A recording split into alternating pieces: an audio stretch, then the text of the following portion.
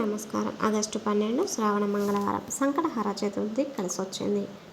ఇలాంటి మంచి రోజు ఆగస్టు 12 మంగళవారం నాడు సంకటహర చతుర్థి ఏర్పడనున్నది.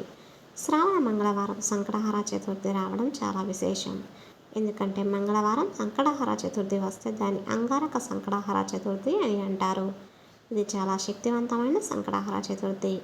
కాబట్టి ఈ రోజున గణపతిని పూజిస్తే అప్పుల సమస్యలు, ఆర్థిక సమస్యలు, కుటుంబ సమస్యలు అన్నీ తొలగిపోయి కోరిన కోరికలన్నీ క్షణాల్లో నెరవేరుతాయి. ఆగస్టు 12 సంకటహర చతుర్థి రోజున వినాయకుడికి ఏ విధంగా పూజిస్తే అష్టైశ్వర్యాలు కలిగేస్తాయో ఈ వీడియోలో తెలుసుకుందాం. ముందుగా ఈ వీడియోకి ఒక లైక్ కొట్టి ప్రతి ఒక్కరు జై శ్రీరామ్ అని కామెంట్ చేయండి. ఆగస్టు 12 శ్రావణ మంగళవారం నాడు అంగారక సంకటహర చతుర్థి వచ్చింది. ఇది చాలా శక్తివంతమైన చతుర్థి. ఈ రోజున చేసే గణపతి పూజలకు విశేషమైన పుణ్యం లభించి అదృష్టం, ఐశ్వర్యం వరిస్తాయి. కాబట్టి ఇంతటి గొప్ప అవకాశాన్ని ఎవరు వదులుకోకండి. ఈ వ్రతాన్ని ఆచరించే ఆడవారు తెల్లవారుజామున నిద్రలేచి ఇంటిని శుభ్రం చేసుకొని ఇంట్లో గణపతిని పూజించాలి. పూజ చేసి ఆడవారు చక్కగా తల స్నానం చేసి కాళ్ళకు పసుపు రాసుకొని కుంకుమ బొట్టును పెట్టుకొని భక్తి శ్రద్ధలతో ఈ వ్రతాన్ని ప్రారంభించాలి. పూజా గదిలో ఉన్న గణపతి చిత్రపటానికి కుంకుమ బొట్లు పెట్టి పూలతో అలంకరించుకొని దీపారాధన చేయాలి. గణపతికి అత్యంత ప్రీతికరమైన వాటిలో మందార పూలు ఒకటి. మందార పూలతో గణపతిని పూజిస్తే మీ వ్రతానికి రెట్టింపు పుణ్య ఫలితం లభిస్తుంది. ఈ వ్రతాన్ని ప్రారంభించే ముందు మీ పూజా గదిలో ఒక చిన్న ముగ్గును వేసుకోండి.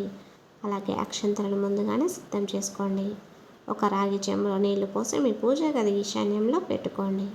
పసుపుతో గణపతిని తయారు చేసి అక్షంతలతో పూజించి ఆవు నెయ్యి కానీ కొబ్బరి నూనెతో కానీ 2 దీపాలను వెలిగించి గణపతికి నమస్కారం చేసుకోండి.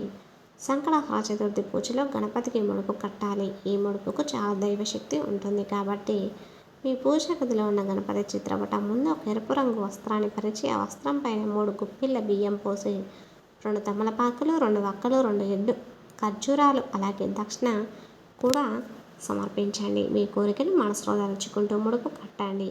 ఈ విధంగా ముడుపు కట్టి గణపతికి నమస్కారాన్ని చేసుకోండి. ఈ ముడుపును గణపతి ముందే పెట్టుకోవాలి. ముడుపుకు నమస్కారం చేసి ఓం గం గణపతాయ నమః అనే మంత్రాన్ని 21 సార్లు చదవండి. ఇక గణపతికి నైవేద్యంగా నానబెట్టిన శనగలు, అరటి పండ్లు, ఉండ్రాలను నివేదించవచ్చు. లేదా ఒక చిన్న బెల్లం ముక్కను నివేదించిన మీ పూజకు రెట్టింపు పుణ్య ఫలితం సిద్ధిస్తుంది. గణపతికి అత్యంత ఇష్టమైన వాటిలో గరిక ఒకటి. కాబట్టి అంగారక చతుర్థి నాడు గణపతిని పూజిస్తే భక్తులు గణపతికి గరికను సమర్పించి మీ మనసులో ఏదైనా కోరుకోండి. మీ కోరికలన్నీ ఖచ్చితంగా నెరవేరుతాయని వేద పండితులు సూచిస్తున్నారు. అదేవిధంగా అప్పుల సమస్యలన్నీ తొలగిపోయి మీ ఇంటి ఆర్థిక పరిస్థితి మెరుగుపడాలంటే ఈ సంకటహర చతుర్థి నాడు 21 యాలకులను ఒక దారానికి దండలాగా కుచ్చి మాలగా తయారు చేసి గణపతి చిత్రపటానికి వేయండి. గణపతికి యాలకుల మాలను సమర్పిస్తే మీ భర్త ఆదాయం విపరీతంగా పెరిగిపోతుంది. ఇంట్లో పూజ పూర్తయిన తర్వాత యాలకుల మాలను మీ బీరువాలో పెట్టుకోండి. ఇక మీ ఇల్లంతా కనకవర్షంతో నిండిపోతుంది. ఈ వ్రతాన్ని చేసేవారు సంకటహర చతుర్థి వ్రత కథను ఖచ్చితంగా చదవాలి లేదా వినండి. ఈ కథను చాలా శక్తి ఉంటుంది.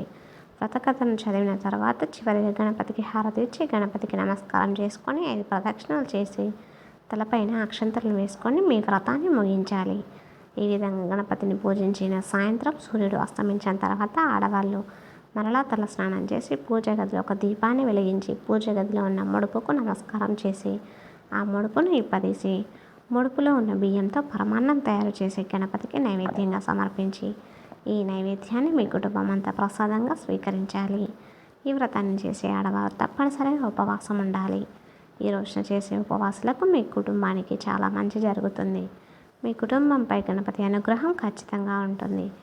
ఈ విధంగా గణపతిని పూజించి ఆడవారు ఉదయం అంతా ఉపవాసం ఉండి సాయంత్రం చంద్రుడిని చూసి మీ ఉపవాసాన్ని మీరు విరమించవచ్చు. ఈ వ్రతాన్ని చేసుకోలేని వారు ఏదైనా గణపతి దేవాలయానికి వెళ్ళి వినాయకుడికి 11 ప్రదక్షిణాలు చేసి ఓం గం గణపతాయ నమః అనే మంత్రాన్ని 21 సార్లు చదవండి. మీ మనసులోని కోరికలన్నీ త్వరగా నెరవేరుతాయి. గణపతి దేవాలయంలో నెయ్యి దీపం వెలిగిస్తే అప్పుల బాధలు తీరిపోతాయి. అదేవిధంగా ఎంతో శక్తివంతమైన ఈ అంగారక చతుర్థి నాడు గణపతి దేవాలయానికి వెళ్ళిన వారు వినాయకుడికి గరికమాలను సమర్పిస్తే మీకు మీ కుటుంబానికి జన్మజన్మల అదృష్టం వరించి ఈ సంవత్సరం అంతా ఎలాంటి కష్టాలు ఏర్పడకుండా సుఖ సంతోషాలతో జీవిస్తారు. గణపతి ఆశీర్వాదం మీ ఇంటిపై ఎల్లవేళలా ఉంటుంది. ఇక భార్యాభర్తల మధ్య గొడవలు ఏర్పడుతుంటే సంకటహర చతుర్థి నాడు గణపతి దేవాలయానికి వెళ్ళి గణపతికి అరటి పండ్లను నివేదించండి. భార్యాభర్తల మధ్య గొడవలు తగ్గి ప్రేమానురాగాలు పెరుగుతాయి. జిల్లేడు మొక్కలో వినాయకుడు నివసిస్తాడు కాబట్టి ఈ సంకటహర చతుర్థి నాడు వివాహ ప్రయత్నాలు చేసేవారు జిల్లేడు మొక్కకు పసుపు నీళ్లు పోసి నమస్కారం చేసుకుంటే వివాహం కానికి త్వరగా వివాహం కుదురుతుంది. అలాగే ఉద్యోగ ప్రయత్నాలు చేసేవారు ఈ శక్తివంతమైన చతుర్థి నాడు గోమాతకు పచ్చిగడ్డిని ఆహారంగా తినిపించండి. సత్వరమే ఉద్యోగ అవకాశాలు మీకు కలుగుతాయి. అలాగే మనలో చాలామంది సొంత ఇల్లు కట్టుకోవాలని ఉంటుంది. అలాంటి వారు సంకటహర చతుర్థి నాడు గోమాతకు బెల్లాన్ని తినిపించండి. ఈ వీడియో చూసారు కదా, వీడియో నచ్చితే ఖచ్చితంగా లైక్ చేసి ఛానల్ని సబ్స్క్రైబ్ చేసుకొని కామెంట్ బాక్స్లో చేసి రమ్మని తప్పకుండా కామెంట్ చేయండి.